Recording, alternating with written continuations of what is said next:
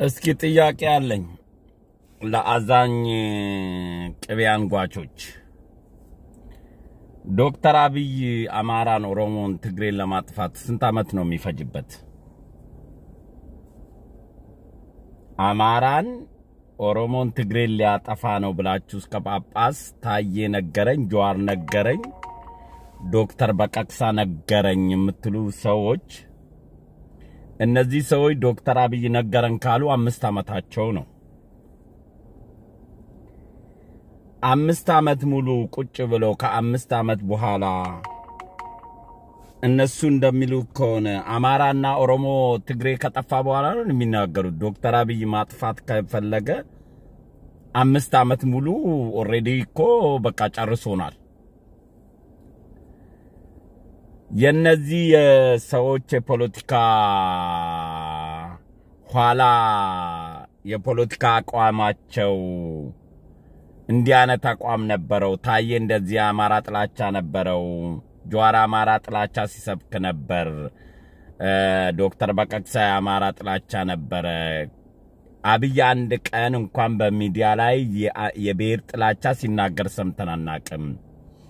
እነዚህ ሰዎች ግን በማስረጃ አለን የራሳቸውን ጥላቻ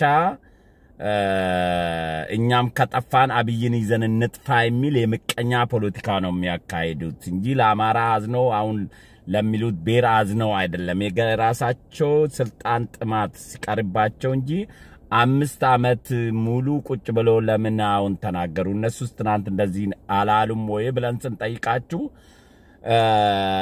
የትናንት አቋም ሊቀየር ይችላል። ታዬ ትናንትና እንደዛ ሊል ይችላል፣ ዶክተር በቀቅሳ እንደዛ ሊል ይችላል፣ ጃዌ እንደዛ ሊል ይችላል። አማራ ጥላቻ ግን አሁን ሊቀየር ይችላል ካላችሁ ዶክተር አብይ 5 አመት በፊት የተናገሩን ዛሬ መቀየር አይችልም እንዴ? እነዚህ ሰዎች ከዶክተር አብይ ጋር ከተለያዩ 5 አመት ሆኗቸዋል። ተነገረን ያሉትም 5 አመታቸው ነው። እነሱ ከተቀየሩ ዶክተር አብይ የማይቀየርበት ምክንያት ምንድነው? እስኪቺ መልስ በየመዳው ላይ ወጣችሁ ከጳጳስ ጀምር አማራን እናጠፋለን ብሎኛል፣ ኦሮሞን እናጠፋለን ብሎኛል ነግሮኛል የምትሉ ሰዎች እናንተ ከሱ በላይ በአደባባይ የብሔር ጥላቻ ሰባኪዎች ነበራችሁ። አሁን እናንተ ተቀይራችሁ የአማራ ወዳጅና ተቆርቋሪ ከሆናችሁ አብይ ዛሬ 5 አመት የነገራችሁን እስከዛሬ ኦሮሞን ካላጠፋ፣ እስከዛሬ ትግሬን ካላጠፋ፣ እስከዛሬ አማራን ካላጠፋ ከ5 አመት በኋላ መቼ ሊያጠፋ ነው የሚችለው? እናንተ ከተቀየራችሁ እሱስ ያኔ የነገራችሁን ነገር ሐሳብ ሊተው አይችልም? ሊቀየር አይችልም? ነግሯችሁ ከሆነ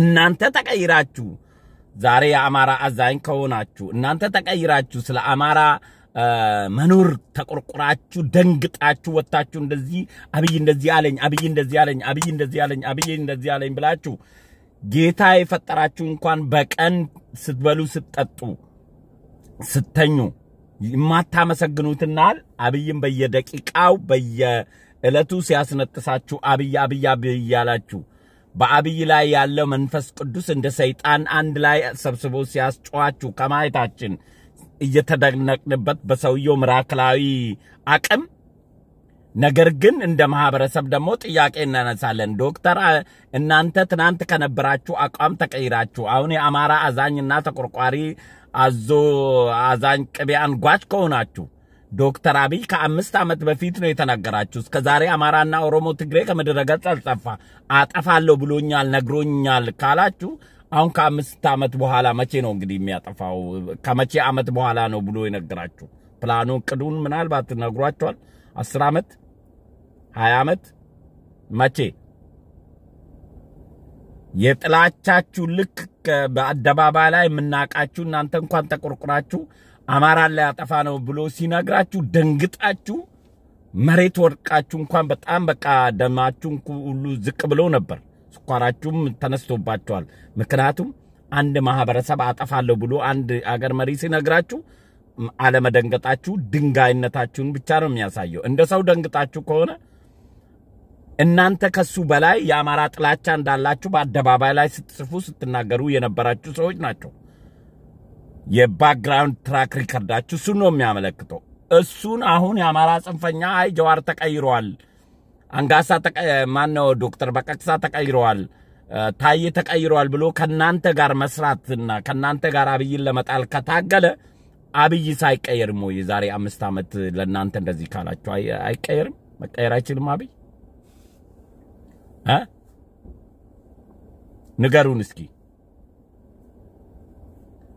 ከ5 አመት በኋላ ቋንጣ እንኳን ደርቆ ይበናል አሁን 5 አመት ቆይታችሁ የራሳችሁ ጥቅም ሲጎልባችሁ አሁን ወጣችሁ ስታለክሱ የሚቀበላችሁ ማህበረሰብ ካለ እናንተ እኮ ትናንትና ያማራ ጥላቻ ነበራችሁ አሁን ተቀይራችሁ ነው ወይ ብሎ የሚጠይቃችሁ ጋዜጠኛ አልሰማንም አሁንስ እናንተ ያላችሁ አቋም ምንድነው በብሔርተኝነት ብላችሁ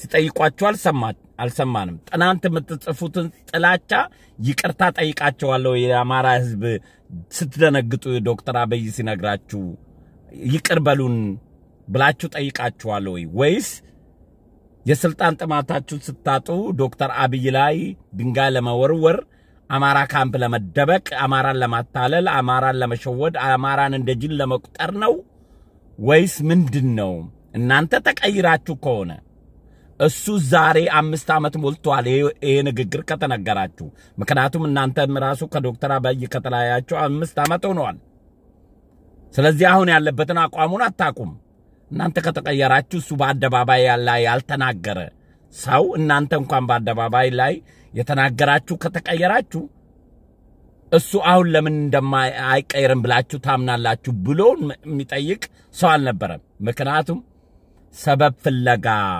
አስለቃሽ ካገኘ የውሰት ለቅሶ ታቃላችሁ አይደለ አስለቃሽ ገንዘብ ከተከፈላት ዱሮ የሰው የዛ ዱሮ የሞተባቸውን ቤተሰብ ልጆች ይነጠሩና የከሌ ልጅ እንዲ ጀግና ነበር ዋይ ጀግና ነበር ዋይ ሲል የራሷን ልጅ ስለተጠራ ታለቅሳለች የአዲሱ ለቅሶ ታደምቃለች ማለት ነው አስለቃሿ የሞተባቸውን ሰዎች ስም እየጠራች እዛ የያንዳንዱ ቤተሰብ መቼም የሞተበት አጣጣም ከሌን ዋይ ጀግና ነበር ተኳሽ ዋይ እናቱ እዚህ ያለች አባቱም እዚህ ያለ ወይ ሲሉ ትኩሱ ለቅሶ ይደምቃል ማለት ነው አሁን ያስለቃሽነት ለቅሶስ መተው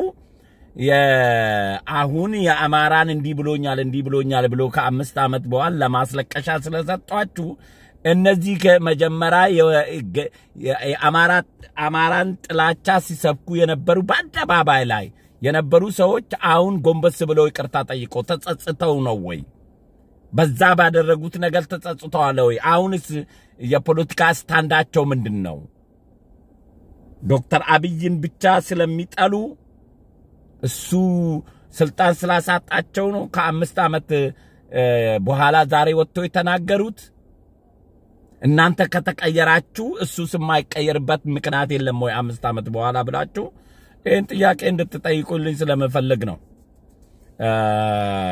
በየቦታ እድሉን ያገኛችሁኛ እድሉን ብናገኝ እንጠይቃቸዋለን ምክንያቱም እነሱን የሚያቀርቡ አብይ ጥላቻ ስላላቸው ሰይጣንም መጥቶ በውሸት ቢመሰክር ያውል አብይ እንደዚህ ብለዋል ብሎ ማስለቀሻ ስለሚፈልጉ ለለቅሶ ስለሚጠቅማቸው